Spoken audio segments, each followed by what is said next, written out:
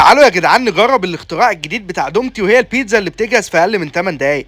هنا شويه حاجات حبيت احطهم على البيتزايه لان هي بتيجي عليها الصلصه والجبنه بس. حطيت عليها فلفل، وحطيت عليها سجق مدخن، وحطيت عليها زيتون، وكمان شرايح جبنه رومي او تركي لو انت من اسكندريه يعني. وهنا جهزت البيتزايه معايا في اقل من 8 دقايق. كان طعمها تحفه، تحفه، تحفه. كانت بتشد، والعجينه كانت طريه، وكل حاجه كانت 100 فل و10. وحابب ان انا اقيم البيتزايه دي، يعني لو قيمناها هي مش نفس الطعم بتاع بره بالظبط. هي ممكن تكون قريبه مثلا للبيتزا اللي هي بتاعه العبد لو حد جربها قبل كده.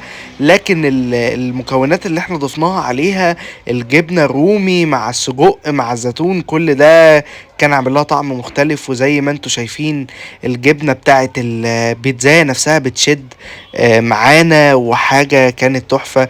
فانا لو اقيم البيتزايه دي كحاجه سريعه وموفره